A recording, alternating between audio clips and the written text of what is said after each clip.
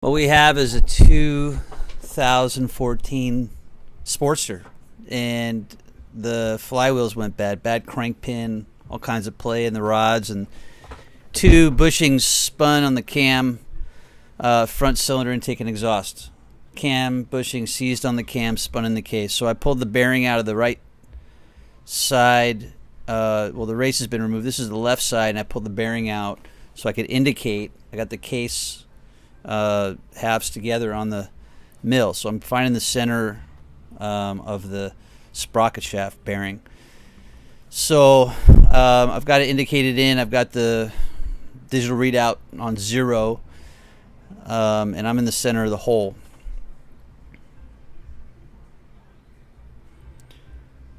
So I pull the case half off now that I've got my 0.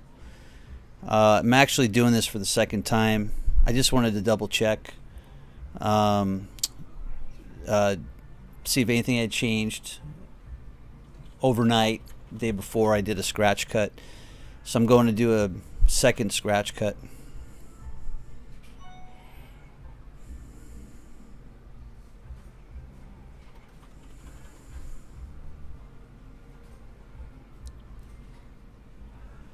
Get my indicator in, drop it down, and now I'm checking out the hole. Now the problem I have with the reason why I pulled this race out, I had 15 thousandths out around, and I used a magic marker and I marked the case where the greatest deviation was. It was right under the front cylinder intake cam bushing. So for this kind of distortion to have occurred, I've got to assume that there's just not enough material to support the hole. So you can see where the cutter didn't touch. And I literally did a scratch cut. I mean, just took out a few thousandths. Until the new race comes and I know how much material I have to negotiate with, I need to make sure that I can get the new race in with the proper press fit. So still on 0 pretty well. Getting my cutter in, and I'm going to just do another scratch cut. I just want to see what it's going to take to clean up this hole.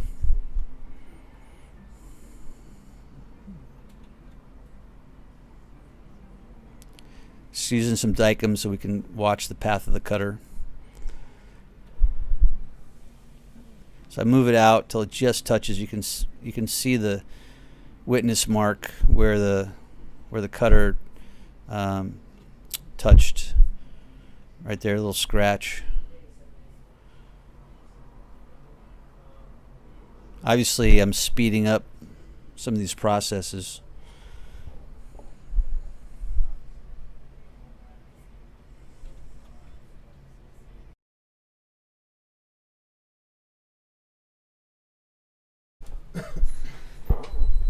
So now I can more clearly see which part of the hole didn't get touched.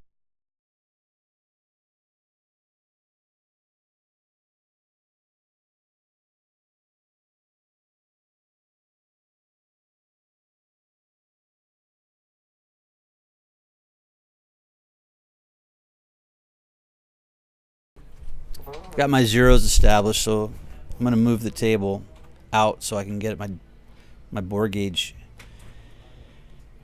in the hole.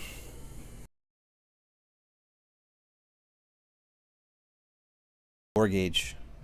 Well, I got to find my 0. I'm basically zeroing it at the standard outside diameter size, the standard bushing OD.